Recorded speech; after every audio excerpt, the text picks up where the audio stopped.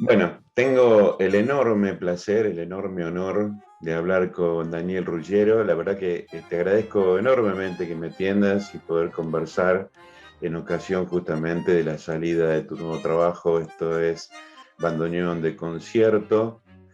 Creo que es todo un evento, porque me parece que representa muchísimo de tu obra y también que es un aporte enorme al tango. Pero me gustaría, digo, a mí, sin temor a ser autorreferencial, ¿no? Yo también provengo de una familia tanguera, mi viejo era bandoneonista, igual que el gran Osvaldo Ruggiero. Contame un poco cómo nace esta pasión, este amor tuyo por el instrumento y cómo llegás a... Sabemos de tu recorrido, de tu formación, pero digo, contame un poco qué te pasa a vos con el bandoneón, ¿no? Sí. Bueno, primero gracias a vos Por por el favor. tiempo, por haber escuchado el disco y por este momento de difusión. Mira, cuando yo era chico, mi viejo obviamente era mi viejo, y Claro. cuando tenía 14 años mi viejo fallece. Yo en ese momento estaba empezando con algunos estudios muy primarios de guitarra y estaba ahí haciendo unos cursos de ingreso para el Conservatorio Nacional y esas cosas. Y en esos años, que fueron un poco confusos, apareció mi padrino. Mi padrino era un gran amigo de mi padre, un cirujano de manos, traumatólogo y cirujano especialista en manos, y que, bueno, por esas cosas de la vida se conocieron con mi viejo, con mi vieja, se hicieron muy amigos y resultó nuestro padrino, tanto mío como de mi hermano.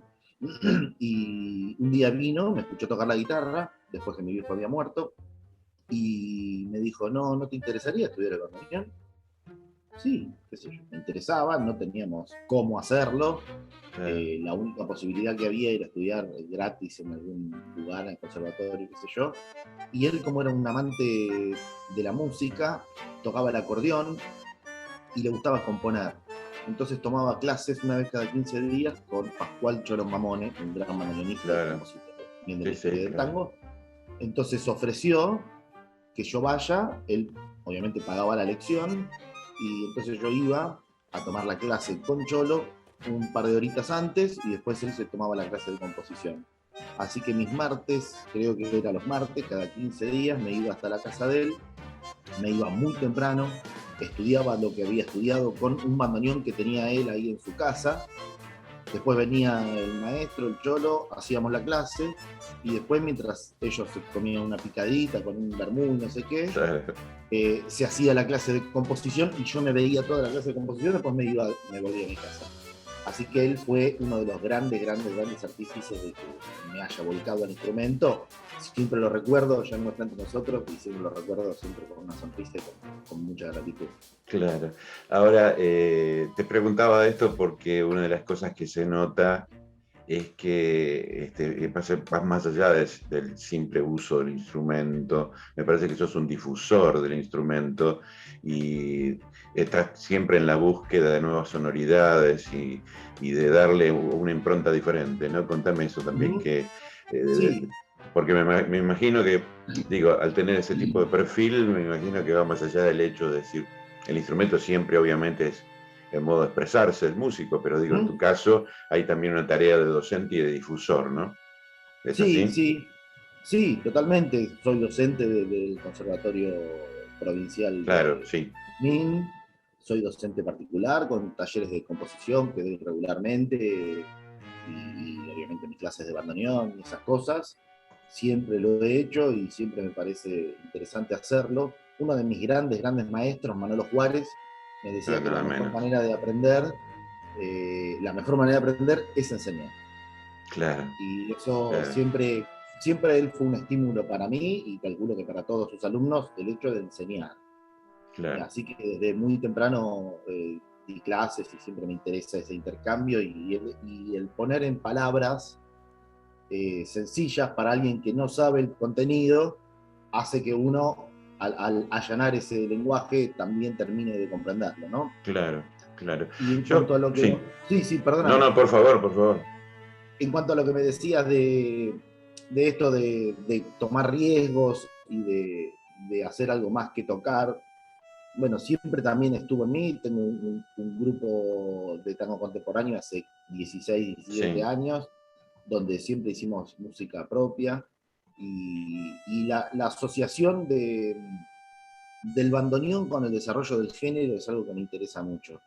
Los primeros grandes bandoneonistas, Pedro Mafia, Pedro Laurens, eh, tocaban de una manera que hicieron crecer el estilo de ese grupo. claro, Y claro, así sucesivamente en el correr de la historia, mientras los instrumentistas de bandoneón iban creciendo, iban purificando, depurando su técnica, eso contagiaba los estilos de los grupos donde estaban. Entonces, esta vuelta mágica que tiene la música, que el bandoneón nació en Alemania unos 50 años antes que el que tango, el que nació en tango, claro, Argentina, claro, se juntaron y tuvieron un desarrollo paralelo. Mientras el bandoneón desarrollaba esa técnica nueva, de un instrumento nuevo, el tango iba haciendo sus primeros pasos y es indivisible ese desarrollo. Así que este es un aporte en ese sentido. Quizás sea ahí un lugar donde, bueno, donde más músicos compongan así música claro, orquestal que estoy haciendo yo. claro. Siempre me llama la atención esto, ¿no? De un instrumento tan lejano, digamos, que se ha podido incorporar y que uno escucha un bandoneón y escucha la ciudad y escucha el tango y escucha alguna identificación tan fuerte, ¿no? Quizás no sé si hay muchos instrumentos que puedan identificar tan fuertemente, por ejemplo, un espacio o un sitio, ¿no? Bueno, el primero que se me viene es el charango, la gaita, Por ejemplo, claro, es así de fuerte, ¿no? Así de así de fuerte, fuerte, sí. claro, Lo más extraño de todo es que ese instrumento no se hizo acá. no, claro, claro, Así que ahí hay una conexión muy...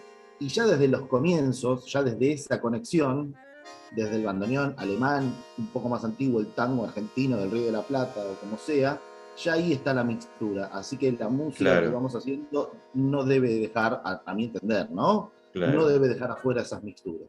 claro. Y ese instrumento que nació como una especie de órgano portátil para poder transportar termina siendo en el Río de la Plata un identificador tan fuerte, ¿no?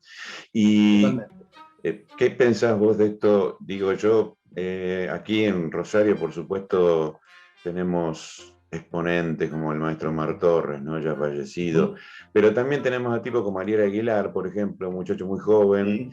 y que hay como una especie de movida importante entre muchos chicos o muchachos jóvenes que están retomando el bandoneón y no solo para incorporarlo a una cuestión meramente o directamente tanguera, no meramente, ¿Mm? sino directamente tanguera, que es, digamos, que es casi como lo que se deduce por naturaleza, pero lo están incorporando, por ejemplo, en otros ritmos, en otros géneros, como el rock, por ejemplo, ¿no?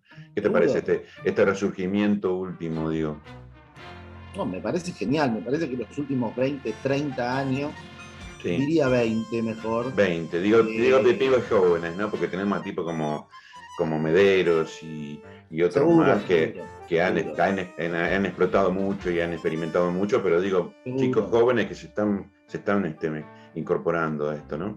Se están incorporando a esto, bueno, hace, como te decía, hace más o menos 20 años, nosotros hicimos este grupo que te digo, Quasimodo Trío, en el 2004, y éramos poquitos grupos los que hacíamos temas propios. Y Claro, hoy por hoy hay una cantidad de temas propios, y de arreglos propios, y de estilos propios, y de formaciones ajenas a la tradición, que me parece muy saludable. Creo que la mejor manera de que esta música continúe viva es que esté viva, digamos, que camine el mundo de hoy y claro, todo lo que eso implica. Este, me parece que todas las músicas, todas las ramas artísticas han tenido esas esas fluctuaciones frutas, sí, claro. y así debe ser, así debe ser. Y vos, sí, Perdón, ¿no? Pero la gran diferencia con las veces que hemos ido a tocar afuera esta música, porque he ido a tocar afuera mucho, por suerte, pero claro, mi claro, sí, sí. música o mis obras con orquesta y qué sé yo, el público de afuera, tango, bandoneón, no espera que yo sea Aníbal Troilo, ni espera Claro, que yo sí, esté sí, sí, como Pugliese o como Canaro. Ellos van y escuchan un bandoneón y disfrutan o no disfrutan, y bueno, sin tanta carga cultural. Acá a claro, veces se hace más complejo eso, pero bueno, tampoco es algo nuevo. Piazzolla lo ha hecho hace 30 años por atrás, supuesto, por 40 años atrás. supuesto. Pero yo recuerdo de mi viejo de los últimos años, estoy hablando Sí. de los años 2000, que él, sus últimos días, tocaba en un restaurante en Suipacha y Corrientes, y, y una de las cosas que le pasaba, él lo veía con mucha curiosidad, murió con 85 años, así que imagínate que hizo un recorrido él, ¿no? Pero veía con mucha curiosidad, por ejemplo, que los extranjeros que iban a comer a esos lugares tan típicos de Buenos Aires pedían Piazzolla y pedían Ujú. toda esa movida. Y él, que era Sí, un enamorado del tango de los 40 y los 50, finalmente sucumbió a la sí, necesidad sí, de tocar sí. Piazzolla, ¿no? Bueno, pero Piazzolla en los 60 estaba rodando por Europa y Claro, claro, Pugliese, no sé si no fue hasta los 70s, 80s que pisó Europa. claro, Mi viejo con Pugliese estuvo hasta el 68 y solo hicieron giras a China, Rusia y Japón, por ejemplo. claro, ¿no? Estados Unidos y esos Así que lugares, hasta claro, y casi los Europa, 70s no habían pisado Europa. Piazzolla pisó Europa muy temprano en su claro. carrera y bueno, y ahí vamos, me parece Y muy... además la influencia que ha tenido con tipos, o tocando con tipos como Chick Corea y otros que venían de otro palo también, ¿no? Seguro, De otra o Jerry vertiente. Mulligan, Charlie o Mulligan, claro, claro. Harry Barton, sí. Bueno, vayamos un poco ahora sí a tu trabajo y me gustaría charlar un poco acerca de esto. Nosotros aquí, bueno, estamos hablando de tu segundo disco, tu segunda obra. La primera es Bandoneón Escultura del 2017 y ahora con Ujú. este bandoneón en concierto que tiene, podríamos decir, dos suites o dos movimientos, bando y banda Mirá, y de nácar. sí, son como dos pequeños conciertos al estilo de los conciertos de música académica, donde hay un instrumento solista que se destaca por sobre la orquesta que es acompañante. Claro, La primera obra son dos obras que están sí, incluidas en este bandoneón de concierto. La primera se llama Bando y Banda y es para bandoneón, solista y ensamble, un ensamble con maderas, flauta, clarinete, sí, trompeta, trombón, cuarteto de cuerdas, piano, contrabajo, batería, bandoneón y la dirección de Hernán Aranda. Y la segunda, pensada como un doble concierto, es para dos bandoneones solistas, orquesta de cuerdas y marimba, y en ese caso la dirección es de Javier Mas. claro, Eh, la idea es, bueno, esto que te comentaba, enmarcar el bandoneón en otra forma, en otra estructura y en otro timbre orquestal, en otro color orquestal. eh, y también en la segunda obra hacer el juego este de una especie de homenaje de los dúos de bandoneones, tanto de claro, Pedro Mafia y Pedro Laurens, o como podría ser la fila de Pugliese tocando Ganar en París solo con el contrabajo. claro, claro, O también me hace mucho el Octeto Buenos Aires de Astor Piazzolla, tiene muchos de esos dúos de bandoneones. Y su último grupo, el Sexteto de Astor Piazzolla, también tiene mucho de ese juego de los bandoneones en complicidad con Vinelli, que es el bandoneonista claro. en ese último tiempo. Daniel Vinelli, claro, claro. Y digo, tiene momentos de el bandoneón solo, en un momento de mucha intimidad y tiene momentos de gran potencia acompañando toda esta formación de orquestal. ¿Cómo manejas vos? ¿Qué te influenció? ¿Qué te pasó al momento de componer estas obras? Bueno, la primera, bando y banda, como el nombre lo indica, es bando por bandoneón y banda por banda. En ese momento, Hay el una, proyecto, perdóname, hay una diferencia de un par de años entre ambas obras, ¿no es cierto? hay una diferencia de un par de años, es todo el mismo proyecto y de hecho, esto es una especie de trilogía que se completa con una obra que hice hace más años, que es un doble concierto para violín, bandoneón y orquesta. Bien, que el último año de nuestra vida social, que fue el 2019, Claro. pudimos hacerlo. Yo lo había tocado en México y lo habíamos tocado acá, y esa vuelta pudimos hacerlo con la Filarmónica de Buenos Aires. Así que fue ahí como un punto alto de esa obra. Y después junté estas últimas dos para hacer el disco. La primera, como vos decís, Bando y Banda, del 2018. Banda era porque estaba pensado para banda sinfónica. Claro. Banda sinfónica es una orquesta sinfónica solo de vientos y percusión.